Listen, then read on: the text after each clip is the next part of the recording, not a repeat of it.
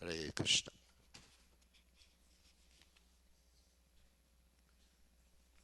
Alrighty. Time for class. What? Better not right now.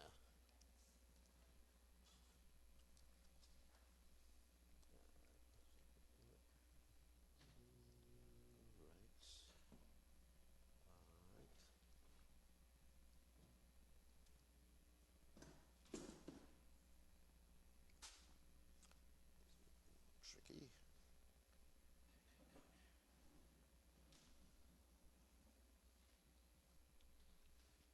Alright, let's see how we're going to do this.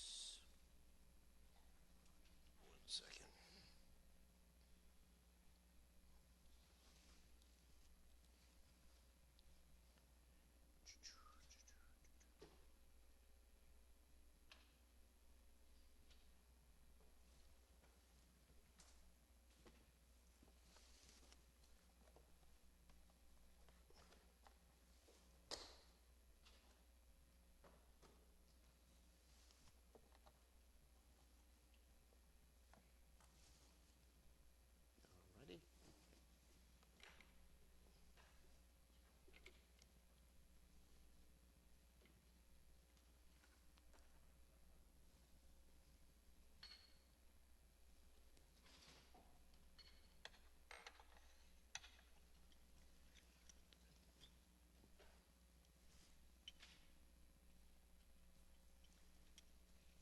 Jaya Radha Madhava Kunya Bihari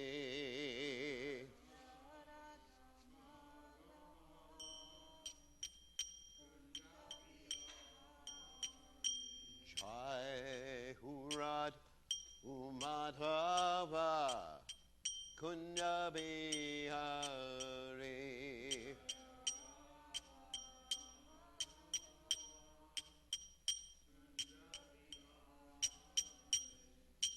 Gopijana Malaba Kirivardhare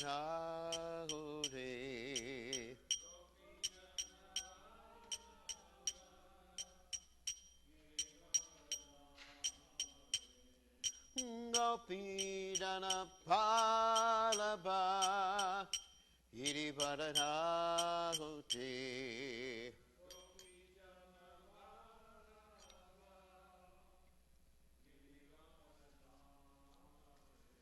Yasodanandana Rajajana Ranjana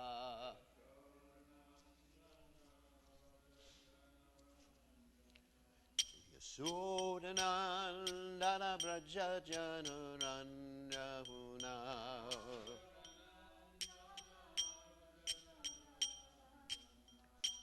Jamuna Tera Vanachare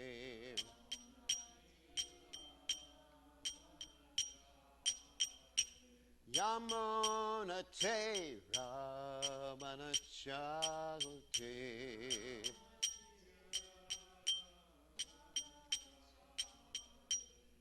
Jai Hurat Umadhuva Kunya Bihare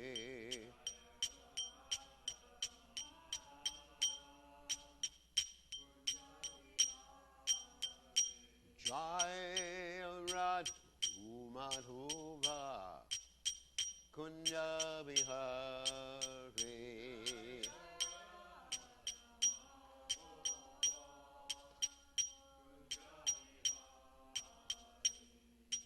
Gopijana Banaba Irivarudagute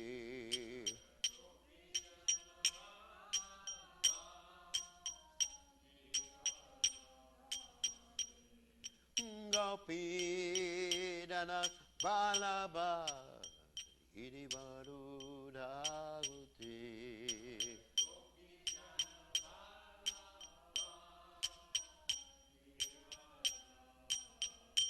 Yasunanana Brajadana Rannahuna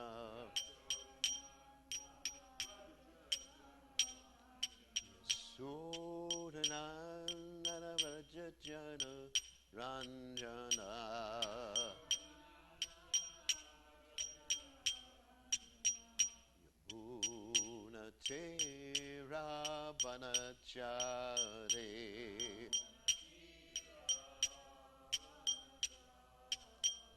Yamunate Ravanachare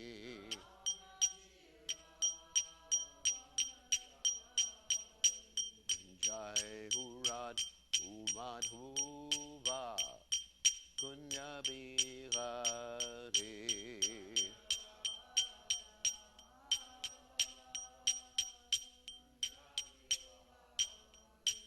Jayurad Umadhuva Kunna Bihare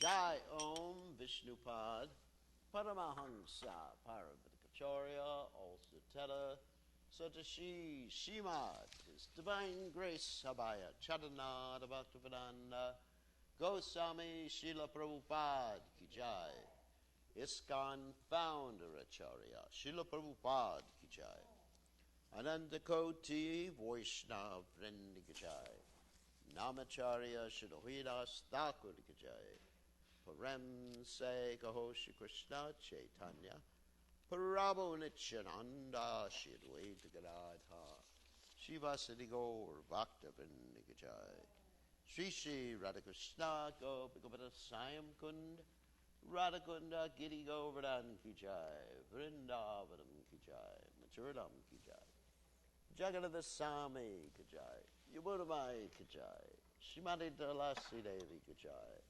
Samaveda Bhakta Vrinda Ki Jai Gaur Premananda Hari Hari Bo All glory is the assembled devotees. All glory is the assembled devotees. All glory is the assembled devotees. All glories to Shri Guru and Gauranga Srila Prabhupada Ki Jai. Gaur Premananda.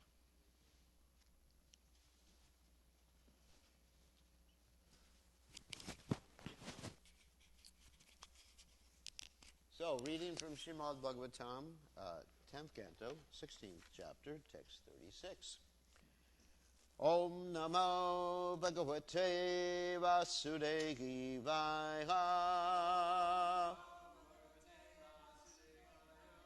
Om Namo Bhagavate Vasudevaya. Om Namo Bhagavate Vasudevaya.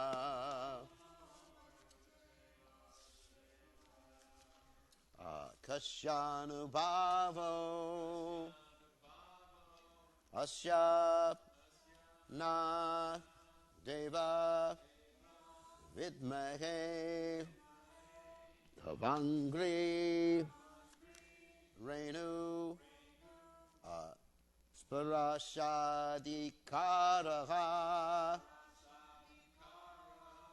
Yad Vanchiha Shrir Lalanacharat Tapo Vihaya Kaman Su Chidam Drita Vrata Tashanubhavo Shanateva Vidmahe Tavangridenu Sparashadikaraha Yadvanchaya Shrir Lalanacharatapo Vihaya Kaman Suchidam Drita Vrata Kasyanubhavo Syanateva Vidmahe Tavangri Venu Sparashadikaraha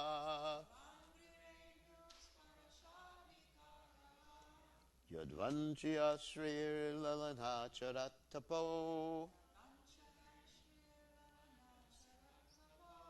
Vihaya kaman suchirandrita vrata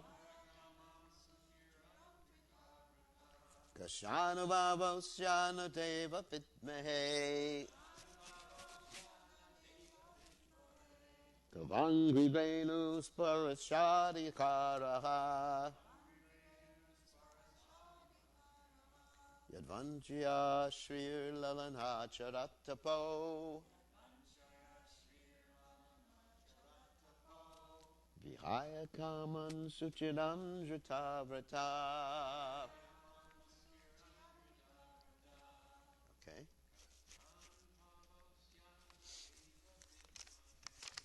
Shanubhavo Neva Vidmahe.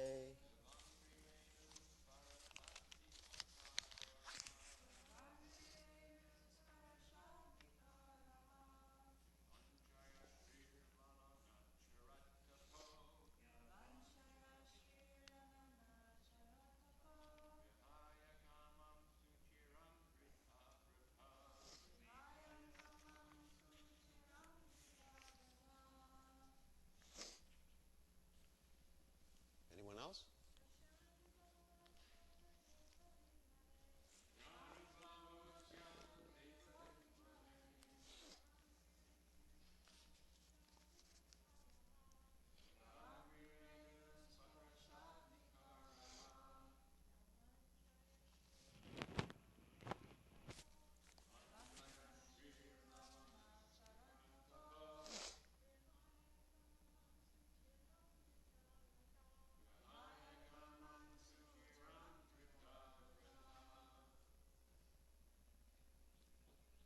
Okay, no one else? Kasya of what? Anubhavaha, a result. Asya of the serpent Kaliya. Na, not. Yeah, somehow or other the thing on the side, Jagat set it up yesterday and you just have to use the wheel. Deva, my Lord. Vidmahe, we know. Tava, your. Angri, of the lotus feet. Renu, of the dust. Spadasha, for touching. Adhikaraha, qualification. Yat, for which. Vanchiha, with a desire. Shri, the goddess of fortune. Lalanha, the topmost woman. Acharat, performed. Tapaha, austerity. Vihaya, giving up. Kaman, all desires. Suchidam, for a long time. Vrita, upheld.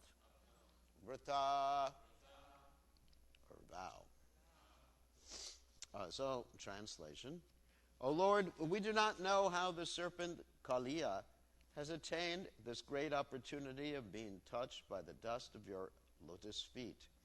For this end, the goddess of fortune performed austerities for centuries, giving up all other desires and taking austere vows. So you can repeat. O Lord, we do not know how the serpent Kaliya has attained this great opportunity of being touched by the dust of your lotus feet. For this end, the goddess of fortune performed austerities for centuries, giving up all other desires and taking austere vows. So, there's no purport, but we're going to speak on this. Kasyanubhavosyana deva vidmahe davangri renum sparashadikaraha yadvanjya shrir lalana charatapo Vihaya kaman suchiram drita vrita. So Om Gana Timirandasha Gananjana Shalakaya Chakshurun Meditam Yena Tasmai Shri Gurave Namaha. So in the commentaries by Vishwanath Chakravarti Thakur, he mentions that basically it's not because of austerities or penances or even dharma that Kali has actually achieved this particular position. And that's very interesting. And actually that was brought out, I think it was mentioned the other day, but it was brought out in the conversation between Maharaj Rahugana and Jadabharata. Rahuganai tat tapasa nayati nacheja nirva panad grahadva nachandasa naiva jalad nasuryar bana mahat pada rujobhishekam. Okay? And the statement is, of course, Jadabharata was the incarnation or reincarnation of Bharat Maharaj, who was previously a deer. And he was carrying the palanquin of King Rahugana. And so he stated, when King Rahugana actually discovered he was a devotee, he stated that Rahuganai tat tapasa nayanti. My dear King Rahugana, you're not going to become Krishna conscious tapasa by austerities.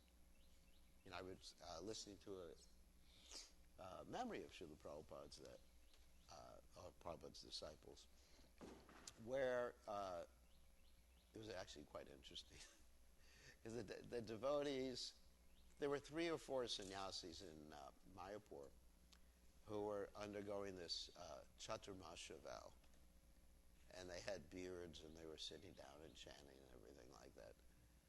And Prabhupada arrived in Mayapur at that particular time, and he said, what are you doing? He said, they said, we're observing Chaturmasha. And Prabhupada basically said, shave up and ship out. Shave up and go and preach and do something practical. It was actually quite funny. So tapasa nayati. So by executing these austerities, of course, after Prabhupada left the planet, we find that many devotees started doing different austerities that actually Prabhupada never did. And I'm not saying it's bad to fast completely on Ekadasi or to do a nirjal and everything like that. As there was one temple president recently, and he lost his temper with the devotees in the temple on Ekadashi because he was doing a nirjal and fasting. And the devotees wrote to me, and I wrote back. I said, don't worry, he's just fasting. Tomorrow he'll come back to normal. So tapasa nayati, nor by taking sannyas. I was listening to also another class Prabhupada was giving, or morning walk Prabhupada was giving, and devotees were asking Prabhupada about taking sannyas, and Prabhupada said, what is the use of taking sannyas if you have these material desires, particularly sex desire? Actually, this was the conversation where one of my godbrothers, I know his name, I'm not going to mention, really misunderstood in one sense what Prabhupada was saying, because he said, Prabhupada said, if you take sannyas and you fall down, you should commit suicide. You know, Prabhupada said it several times. He said, that's the only recourse. Probably you remember that conversation. And this devotee heard it, and he didn't hear the end of the conversation. He left in the middle of the conversation, where devotees asked Prabhupada, so we should do that in ISKCON. And Prabhupada actually indicated, no, it's not a good idea to do that in ISKCON. You know, we should continue preaching Krishna consciousness. Someone on what? I got a text saying that sounded fine. Someone on, yeah, but someone on what? On My TV, okay. So, you turned it up a little bit. Yeah. Okay, great. Okay. I'll just put this closer to my lotus mouth. Anyway, so So anyway, tapasa nayati, nor by taking sannyas.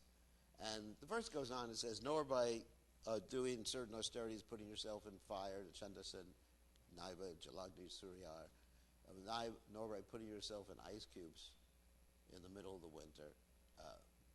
And only by taking shelter, basically the dust of the lotus feet of the pure devotees, taking a bath in the dust of the lotus feet of the pure devotees. So that is the only method, according to Jadabharata. So anyway, so Vishwanath Chakravarti says it's not because of past austerity, and it's not because, actually it was Sanatana Goswami who said it's not because he got the association of the Yamuna Day because he was in the Yamuna, because he was committing offenses against the Yamuna. So it's not because of that he got that particular position of having Krishna dancing on his feet. It's really interesting. So let's refer to the second part of this particular verse, because even you have the goddess of fortune performing austerities for centuries, giving up all of his desires, and she didn't get that either. So this is quite remarkable. Let's talk about the goddess of fortune for a second. Actually, this is a story, there is a story in the Puranas about a conversation between the goddess of fortune and Krishna. She was performing austerities for many, many years, and in the Vishnu Purana, actually, the story is there. And then Krishna asked her, what do you want? And she says, I want to have that relationship, conjugal relationship with you as a gopi. And Krishna said, no. You can't have that. And I'm going to describe why she couldn't have that. You can't have that relationship. And she said, well, can I just be on your chest as a line? And Krishna said, yes. I can be on your chest as a lion. So that's what Jiva Goswami talks about that. So why is it, or how is it, that one can achieve let's talk about why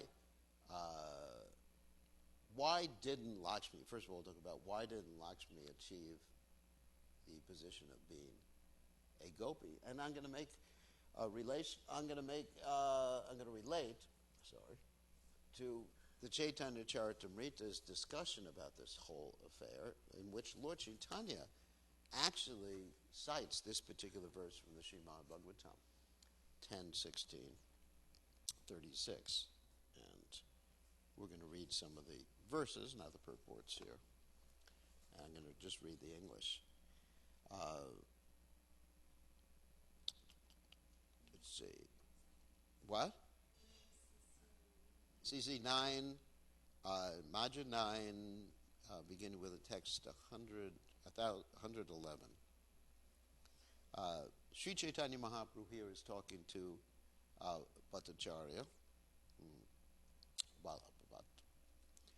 Your worshipful goddess of fortune, Lakshmi, always remains on the chest of Narayan, and she's certainly the most chaste woman in the creation. So remember that in South India, particularly in Srirangam, where Lord Chaitanya Mahaprabhu was spending the Chaturmasya period, in the house of Venkata Bhatta, and of course little Gopal Bhatta was there too, who later on became Gopal Bhatta Goswami.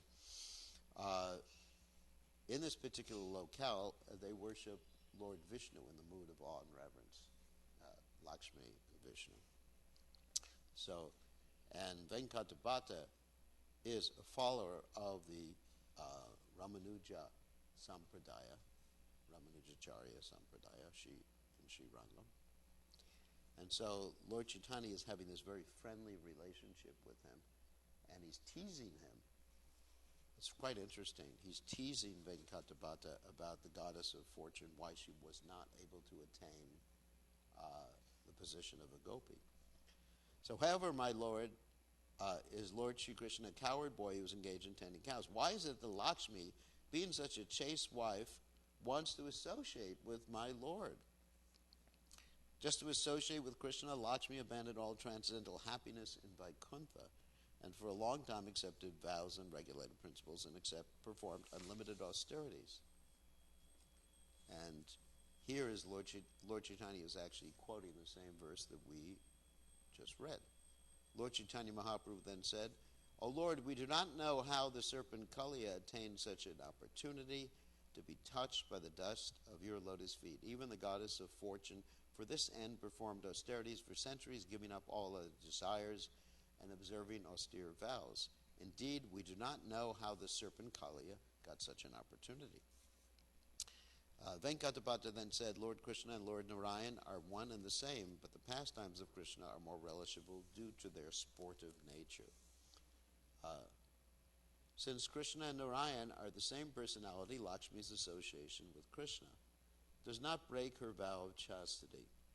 Rather, it was in great fun that the goddess of fortune wanted to associate with Lord Krishna." Venkatapata continued, "According to the transcendental realization, there is no difference between the forms of Narayan and Krishna, yet in Krishna there is a special transcendental attraction due to the conjugal mellow. And consequently, he surpasses Narayan. This is the conclusion of transcendental mellows." So, I'm just going to skip ahead to text 120 right now. Lord Chaitanya Mahaprabhu replied, "I know that there is no fault on the part of the goddess of fortune, but still she could not enter into the rasa dance. We hear this from the revealed scriptures." And here's a quote from the Srimad Bhagavatam 10:47-60. "When Lord Shri Krishna was dancing with the gopis in the Rasa Leela, the gopis were embraced around the neck by the Lord's arms. This transcendental favor was never bestowed upon the goddess of fortune or the other consorts in the spiritual world, nor was such a thing ever imagined by the most beautiful girls in the heavenly planets, girls whose luster and aroma exactly resembled the beauty and fragrance of lotus flowers, and what to speak of worldly women who may be very, very beautiful according to material estimation. But can you tell me," this is Lord Chaitanya speaking, "why the goddess of fortune, Lakshmi, could not enter the rasa dance? The authorities of Vedic knowledge could enter the dance and associate with Krishna." Of course, the authorities of Vedic knowledge were the sages in Dandakaranya forest who had seen Lord Ramchandra and then felt this conjugal attraction for him, and Lord Ramchandra said that in the future you will be able to have that association with me. So Venkatapata is all bewildered by this, skipping ahead. Then Lord Chaitanya Mahaprabhu explains, "Lord Krishna has a special characteristic. He attracts everyone's heart by the mellow of his personal conjugal love. By following in the footsteps of the inhabitants of the planet known as Brajaloka, Goloka Vrindavan, one can attain the shelter of the lotus feet of Sri Krishna. However, in that planet, the inhabitants do not know," here's the key right now, "that Lord Krishna is the Supreme Personality of Godhead. There, someone may accept him as a son and sometimes bind him to a grinding mortar. Someone else may accept him as an intimate friend and attain victory over him, playfully mounting his shoulders. The inhabitants of Brajabhumi know Krishna as the son of Maharaj Nanda, the king of Brajabhumi, and they consider that they have no relationship with the Lord in the rasa of opulence. One who worships the Lord by following in the footsteps of the inhabitants of Brajabhumi attains him in the transcendental planet of Braj, where he is known as the son of Maharaj Nanda."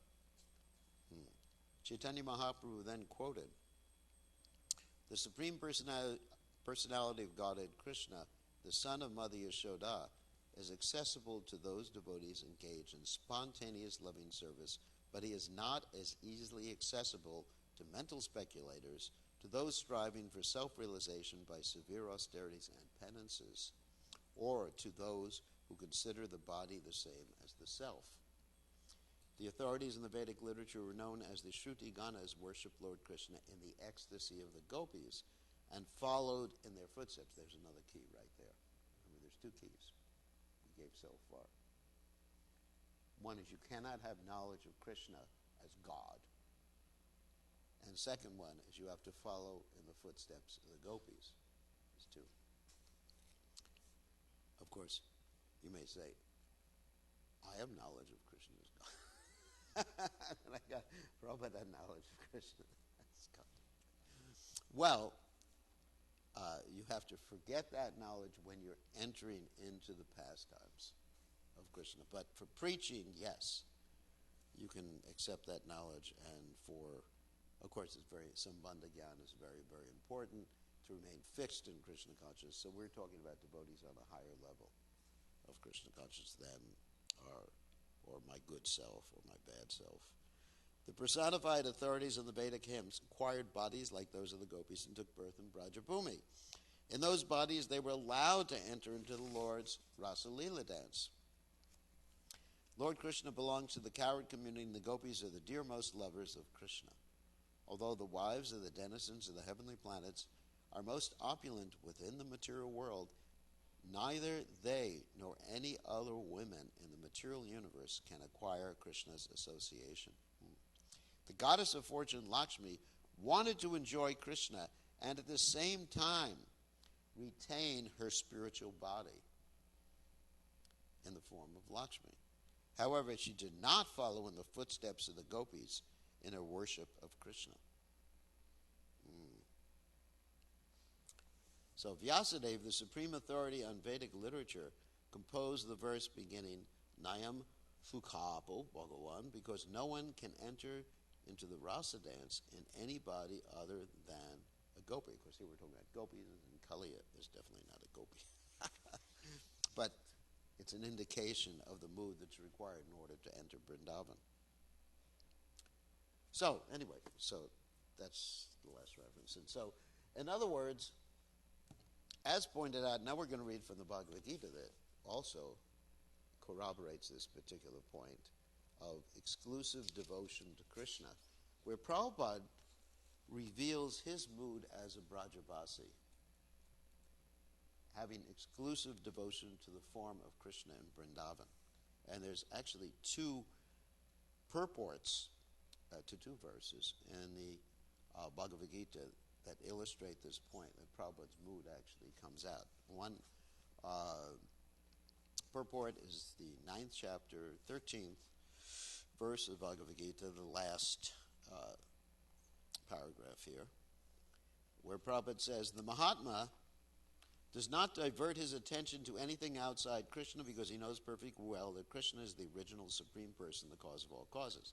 There's no doubt about it. Such a Mahatma or a great soul develops through association with other Mahatmas or pure devotees. There's that association, following the footsteps of the gopis or following the footsteps. We're talking about Raganuga Bhakti right now.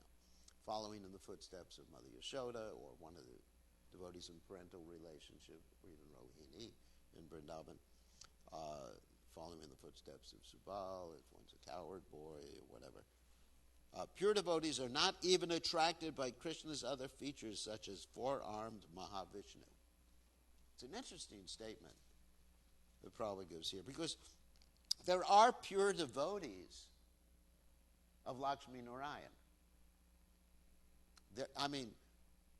Hanuman is a pure devotee of Sita Ram, right? So here Prabhupada says pure devotees are not even attracted by Krishna's other features. So it appears to be a little, doesn't it? Appears to be a little contradiction. But that's his mood. Prabhupada here is revealing something very, very intimate to us.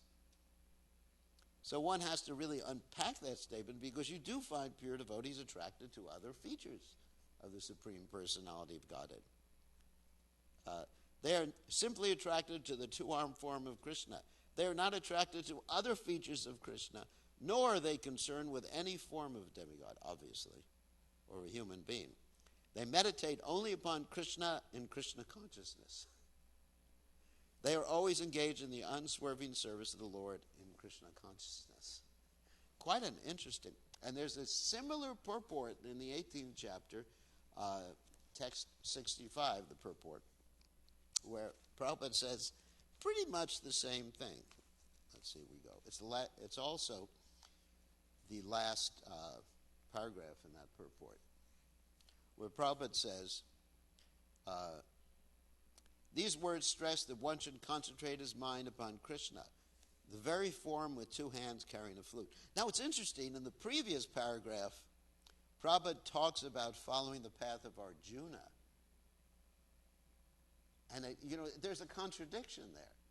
Because if you're following the path of Arjuna, who is one of the main characters in Bhagavad Gita, if you haven't discovered it yet.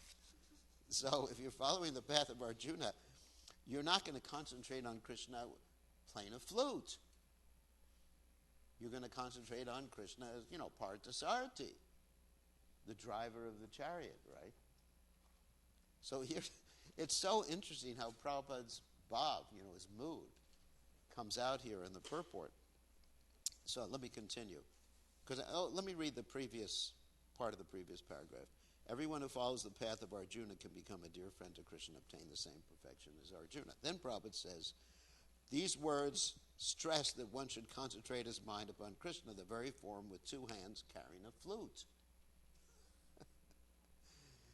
One really has to understand the Siddhanta to understand what Prabhupada is saying here. Siddhanta, not only Siddhanta, but, bhav, all the bhavs, and have read the Nectar of Devotion thoroughly to understand even Bhagavad Gita and Prabhupada's purports.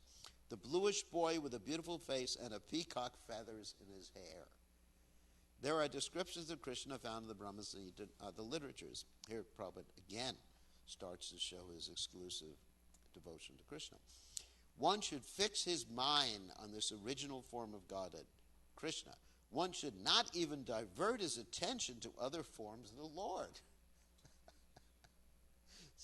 So I'm going to explain why we celebrate Nrsimha Chaturdashi in a second.